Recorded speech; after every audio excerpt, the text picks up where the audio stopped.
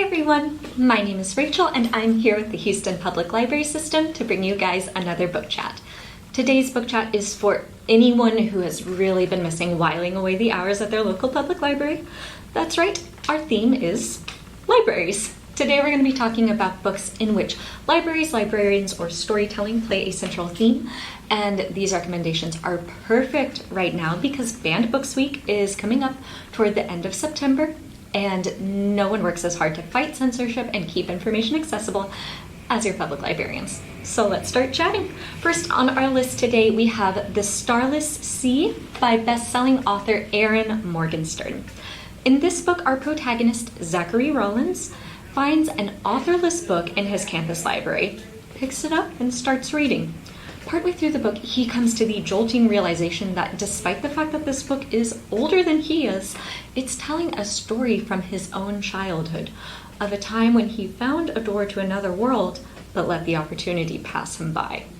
Not one to lose the opportunity a second time, Zachary is transported to the Starless Sea, a magical place beneath the surface of the earth, where winding tunnels of books lead travelers on daring adventures.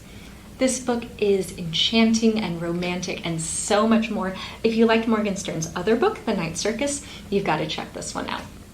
Next up on our list, we have a book that is fiction but is inspired by true events, The Book Woman of Troublesome Creek by Kim Michelle Richardson.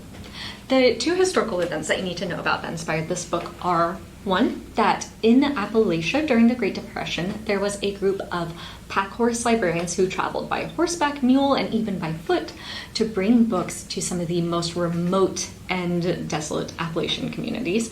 And second, that for a time in Kentucky, there was a family of people with a rare genetic condition that caused their skin to appear blue. Enter protagonist Cassie Carter, who is both the last living female descendant of the Blue people of Kentucky and a traveling librarian. This book follows her journey as she travels to bring books to some of the most remote parts of the country, and it is a perfect read for anyone who believes in the accessibility and power of literacy to change communities. Next up on our list, we have a work of nonfiction. We'll be talking about The Library Book by Susan Orlean. This book tells the story of the Los Angeles Public Library fire in 1986. This fire raged for over 7 hours and in the process destroyed or damaged over 1 million books. This book tells the story of how the community came together to rebuild with first responders, librarians, and volunteers. But what makes this super interesting is that even to this day, there has not been a conviction on who set the fire or how the blaze began in the first place. Part true crime and part love letter to libraries and the communities that they help foster. This book is perfect for anyone who's interested in archives or how libraries maintain rare book collections, or perfect for anyone who has ever thought about the Library of Alexandria and shed a tear. Next on our list, we have a book that will be out just a little later this month in September, The Midnight Library by Matt Haig. In this book, our protagonist, Nora C., wants to die. She has lost everything: her job, her parents, her family, her friends, and even her cat.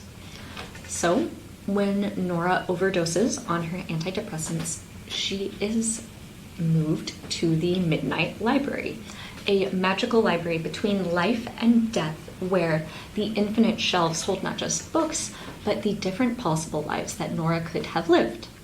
She is able to take out different books from the library, aided by her childhood librarian, and try on different lives that she thinks will make her happier. So she becomes a glaciologist and a rock star and an Olympic swimmer and a wife and a teacher and a single mom and a whole host of other things. But Nora still has to figure out which of these lives is truly meant for her and where she could be happy in them.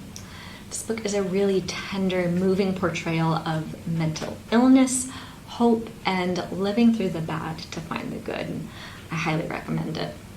And last on our list today, but certainly not least, we have Upright Women Wanted by Sarah Gailey. This book also features traveling librarians, but unlike the book we discussed earlier, in this book the librarians are traveling through the dystopian Wild West. That's right. In this book, our protagonist, Esther, has suffered a terrible loss when her best friend and secret love is executed publicly for possessing resistance propaganda. So Esther runs away and hides herself in a book cart to join the traveling librarians. However, unbeknownst to Esther, the librarians themselves are part of the resistance, and they are a strong, powerful group of queer women and non-binary people who live life in danger. They're not just bringing books from town to town, but they are also smuggling women out of the totalitarian government and into safety. Now, this book is tiny. It's not even 200 pages long, but every single page packs a punch. It's all about fighting censorship and fascism where they arrive, which truly makes it the perfect book to celebrate Banned Books Awareness Week. And that's all I've got for today. Thanks for tuning in for another book chat with the Houston Public Library. I hope you'll check out some of these books and remind yourself of the magic that is the public library. You can place a hold on these items by visiting our website at www.houstonlibrary.org. Thanks again, and I'll see you next time.